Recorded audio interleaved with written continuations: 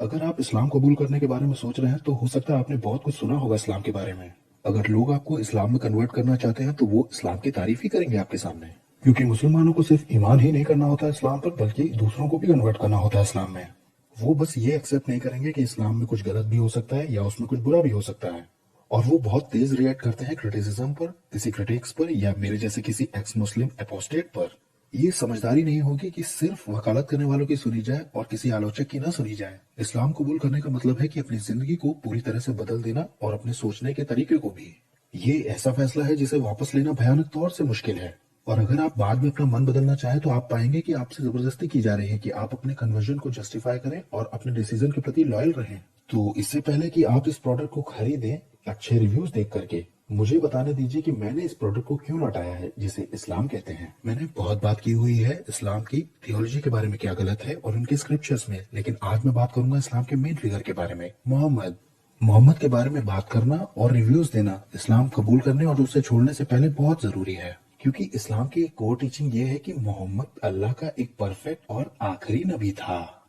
और ये मांग की जाती है कि अल्लाह पर भी यकीन करना है और मोहम्मद पर भी यकीन करना है और इज्जत करनी है और आदर करना है, उसी का हुक्म मानना है और जब जब उसका नाम लिया जाए तो उसकी तारीफ करनी है और सबसे ज्यादा मोहब्बत उसी से करनी है। ये सिखाया जाता है कि वो इंसानियत का सबसे परफेक्ट एग्जाम्पल है और उसने जो कुछ किया सब अच्छा किया, उसके पीछे चलना ही है और उसके जैसा ही करना है। लेकिन हमको ये ख्याल मिलता कहाँ से है कि मोहम्मद परफेक्ट था या अल्लाह का आखिरी नबी था और उसका हुक्म मानना ही मानना है।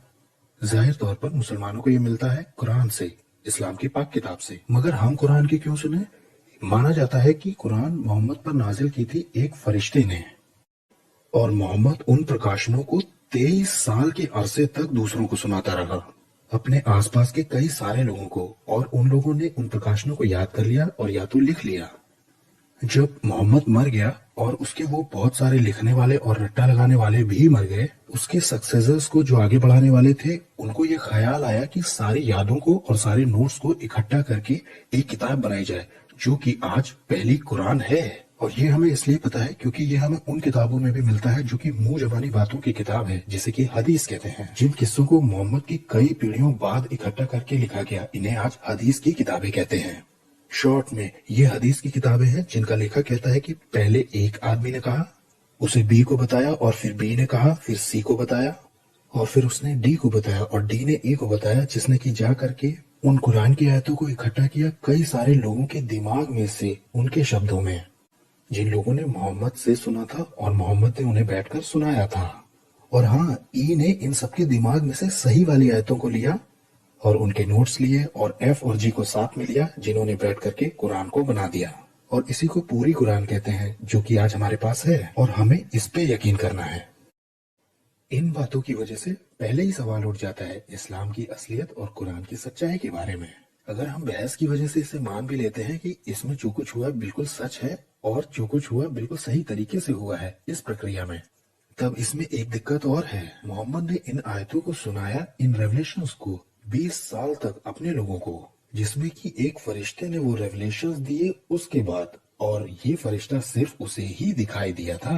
अब हमें इस पे सही में यकीन करना ही क्यों चाहिए? हमारे पास है एक आदमी जो कि कहता है कि एक किताब का हुक्म मानो जो कि उसने ही लिखी है, और वो दावा करता है कि वो उसे खुदा ने दी है।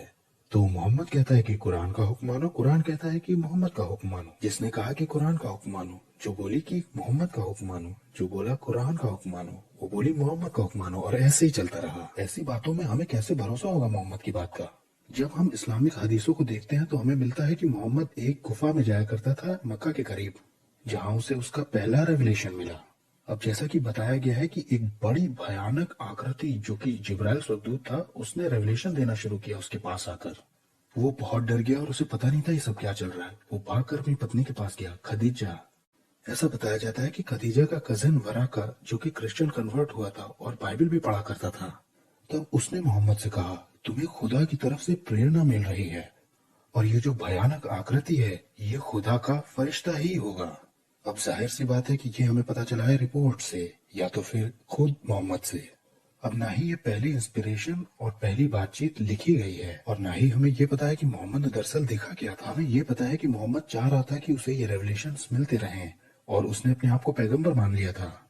और जब उसे वो रेवलेशंस नहीं मिलते थे तो वो बहुत ही बुरी तरह से या डिस्ट्रक्टिवली डिप्रेस्ड हो जाता था। कुछ जगहों पर लिखा है कि वो सुसाइड कर लेना चाहता था और अपने आप को पहाड़ से नीचे फेंक देना चाहता था। एक दूसरी जगह रिपोर्ट में ऐसा लिखा है कि जब एक बार फरिश्ता उस पर प्रकट नहीं हुआ तो वो बहुत फ्रस्ट्रेटेड हो गया और बाद में उसी दिन उसने बताया कि फरिश्ता उसके पास इसलिए नहीं आया क्योंकि घर में उस दिन एक कुत्ता था और तब उसने चाहा कि उस कुत्ते को मिलाकर शहर के सारे कुत्तों को वहां से हटा दिया जाए और हुक्म दिया कि उन्हें मार दिया जाए, जो कि उसके फॉलोअर्स ने कर भी दिया। और मोहम्मद बेस्ट एग्जाम्पल भी नहीं था।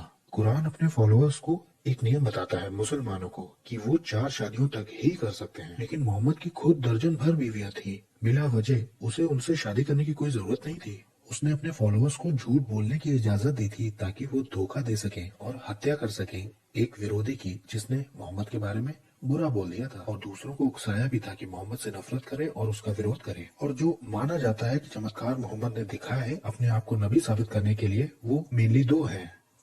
पहला, चांद के 2 टुकड़े किए अपने समय में, और ये कि वो किसी घोड़े जैसे जानवर पर बैठकर पहले यरूशलेम गया, फिर जन्नत गया और फिर वापस भी आ गया। अब चांद के टुकड़े में से दुनिया भर से पक्की तौर पर कोई सबूत नहीं है, जिससे कि पहले ही रद्द हो जाता है इस्लाम का ये वाला दावा। अब दूसरा चमत्कार जिसमें उसने सवारी की एक घोड़े की आसमान में, ये भी अनप्रूवन है क्योंकि ये रिपोर्ट के हिसाब से तब हुआ जब वो सो रहा था अपने बिस्तर पर।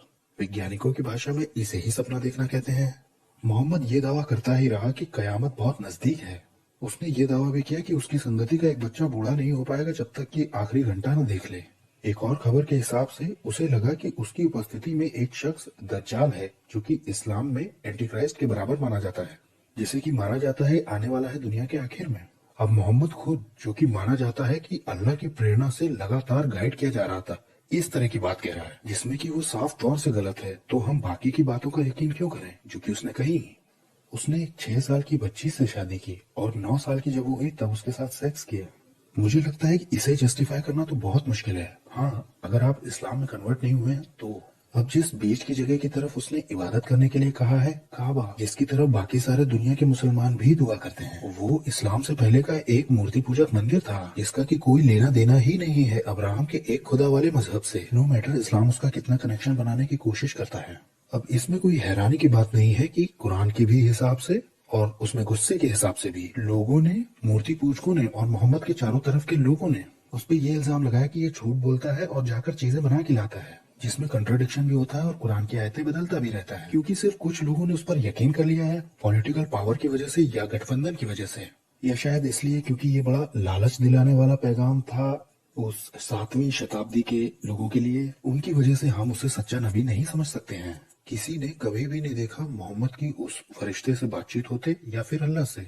हमें तो बस ये पता है कि मोहम्मद ने दावा किया था कि ये खुदा की तरफ से है और ये रेवलेशंस या इंस्पिरेशंस आते हुए दिखाई पड़ते हैं मोहम्मद की जरूरत के हिसाब से। अगर हम उसका भरोसा कर सकते हैं तो क्यों नहीं हम किसी और का भरोसा करते जिसने की मिलती जुलती नबूवतें भी की हैं और दावे भी किए हैं बिना किसी सबूत को दिखाए वैसे ही।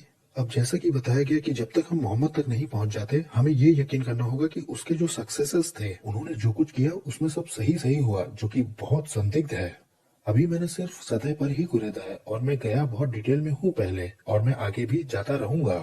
अगर आप इस्लाम में जाना चाह रहे हैं तो मैं आपसे कहूंगा कि आप सिर्फ उनकी ना सुने जो कि इस्लाम में गए हुए हैं, बल्कि मैं आपसे गिड़गिड़ाना चाहता हूँ कि आप उनकी भी सुने जो इस्लाम को क्रिटिसाइज करते हैं या उसको छोड़ चुके हैं।